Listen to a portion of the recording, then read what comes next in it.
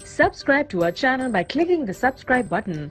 Click the bell button and enjoy the latest updates. फिर सवाल करती हूँ न्यूट्रल से कि आप की न्यूट्रलिटी पे तो सवाल उठ ही रहे हैं, लेकिन क्या ये सारा कुछ आपने सोचा था जब आपने साजिश को सपोर्ट दी? क्या आपने सोचा था मईशत की तबाही, कानून की खिलाफ वर्दी, पार्लियामान की सुप्रेमेसी ख़त्म, जमहूरियत की तबाही, ये सारी चीज़ें आपने सोची थी? क्योंकि जो शरीफ और ये जो चोरों का टोला है क्राइम मिनिस्टर का, इन्होंने तो अपना सोचा था कि अपनी सारी रिलीफ मिलेगी, इनके केसेस जो अभी इनको सेंटेंसिंग होने वाली थी ये ख़त्म हो जाएंगे। लेकिन न्यूट्रल्स ने क्या सोचा था? क्या वजह थी कि एक डेमोक्रेटिकली इलेक्टेड हुकूमत के खिलाफ आपने साजिश कामयाब होने दी? ये सवाल कौम भी पूछ रही है, ये सवाल हम भी पूछ रहे हैं और हमें इनके जवाब चाहिए। Thank you.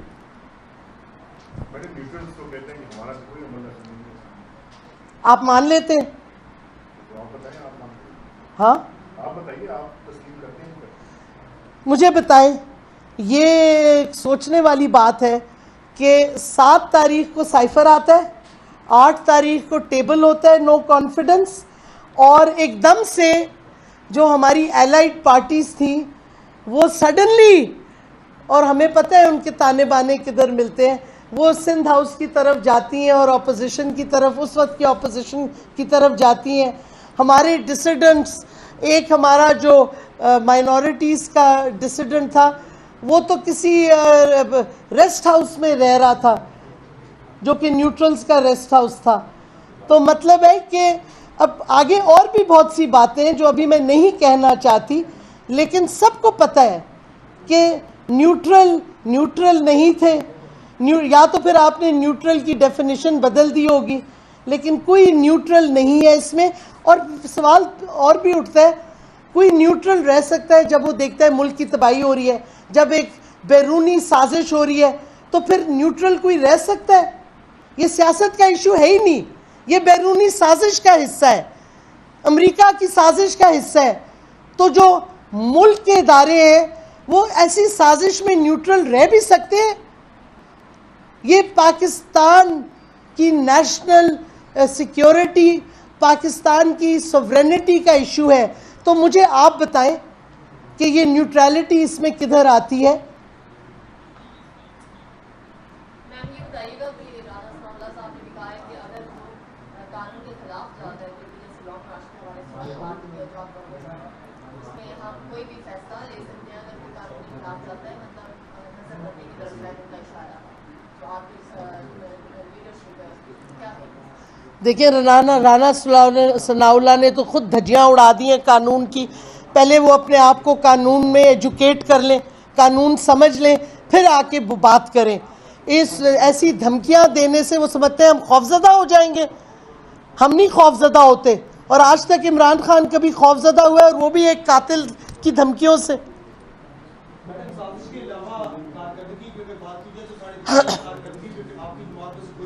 जी,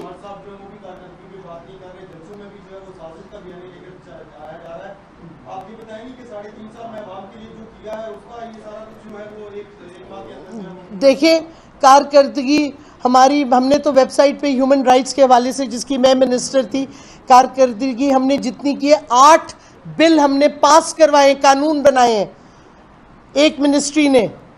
आप बाकी का रिकॉर्ड चेक कर लें। फिर एहसास का प्रोग्राम, हेल्थ कार्ड, ये सारी हमारी कारकर्दगी है। फिर आप एक्सपोर्ट्स देखें कितनी बड़ी हैं, आप सारी इवन मईशत को देखें किस तरह संभाला है, हमें जो मिला था और हमने कैसे सही किया, बचाई मईशत। तो ये कारकर्दगी है और सामने है और वाज़ेह है, और इसमें बहुत बातचीत हुई है। लेकिन इस वक्त हमारी जंग है कि हम कौम की सॉवरेनिटी वापस लें, हम पाकिस्तान की सॉवरेनिटी को वापस असर्ट करें, और ये जो अमेरिका की साजिश है इसको हम डिफीट करें, इसको शिकस्त दें।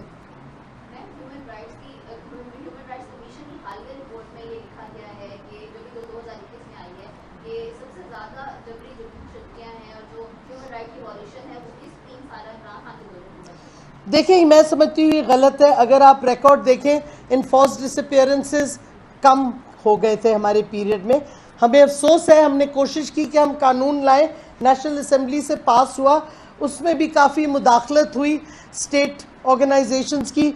मुझे याद है prime minister Imran Khan Joseph prime minister, उन्होंने कहा कि इवेंचुअली फ़ारूक नसीम, जो कि सबसे ज़्यादा मैं समझती हूँ हमें जिसने ख़राब किया है कैबिनेट में, उसने वो बिल रोका रहा। फाइनली प्राइम मिनिस्टर ने उसको कहा कि ये आज रात को बाय सर्कुलेशन पास कराओ और टेबल करो। जब ये हो गया, सुबह मुझे कॉल आती है हाज़िरी देने की एक इंटेलिजेंस के दफ्तर में कि ये कैसे हुआ, और फ़ारूक नसीम वहाँ जाके बताता है कि जी गलत है ये वो। नहीं, प्राइम मिनिस्टर ने फिर भी नहीं मानी और हमने टेबल किया। फिर इन्होंने हमारी इंटीरियर कमेटी, जो इंटीरियर ने इस बिल को ले लिया था हमसे, उधर इन्होंने कोशिश की उसमें ऐसी क्लॉजेस डालें कि वो बिल की तबाही हो जाए।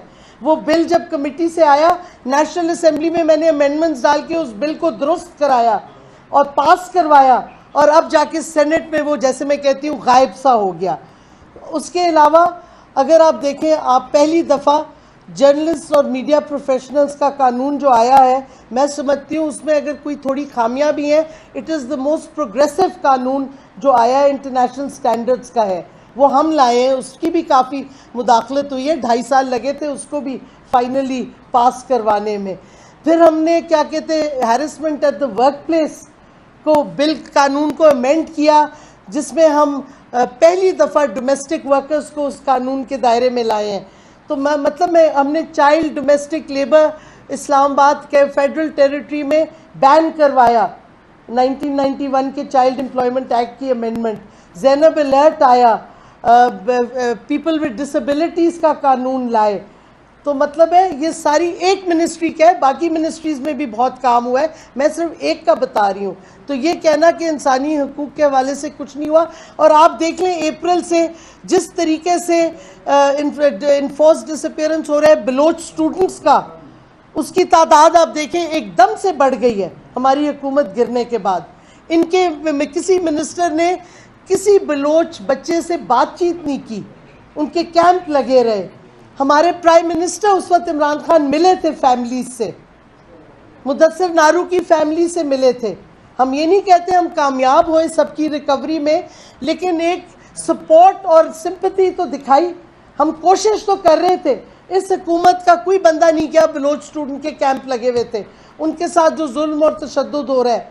Eventually president doctor Arif Alvi ने नोटिस लिया और कायदे-आज़म यूनिवर्सिटी की एडमिनिस्ट्रेशन और वीसी को बुला के उनको कहा कि ये रिजॉल्व करो इशू।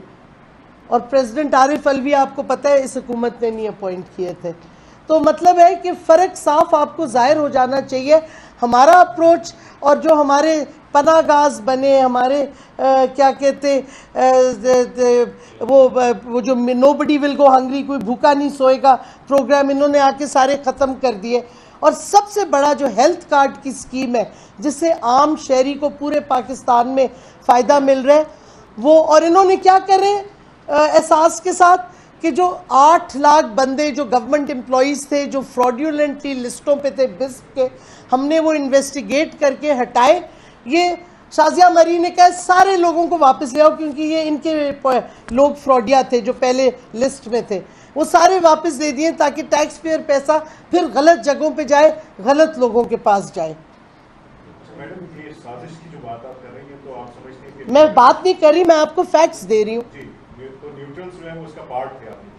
मैं कह रही हूँ जो भी थे लोकल बेटर्स, और मैं सवाल इसी वास्ते मैंने सवाल उठाए कि क्या सो कॉल्ड न्यूट्रल्स ये चाहते थे कि साजिश कामयाब हो, मईशत तबाह हो, जो लूट घसूट वाले हैं वो वापस पावर में आके अपने केसेस ख़त्म करें।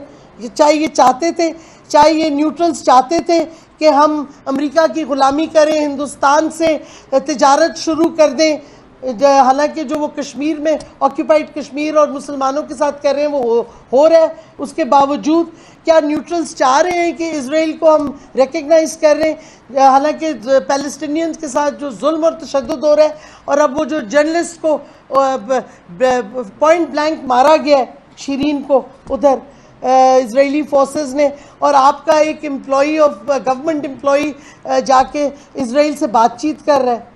मतलब है ये न्यूट्रल्स ये चाहते थे, ये पाकिस्तान की पॉलिसी वो फॉरेन पॉलिसी बनाना चाहते हैं जिसमें कोई आज़ादी ना हो, ताकि फिर हम किसी और की जंग में आ जाएं।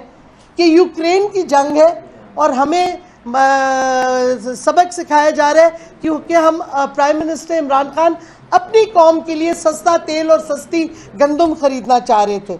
ये कहाँ का इंसाफ है?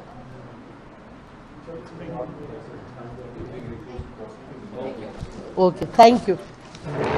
By clicking the subscribe button, click the bell button and enjoy the latest uploads from our channel.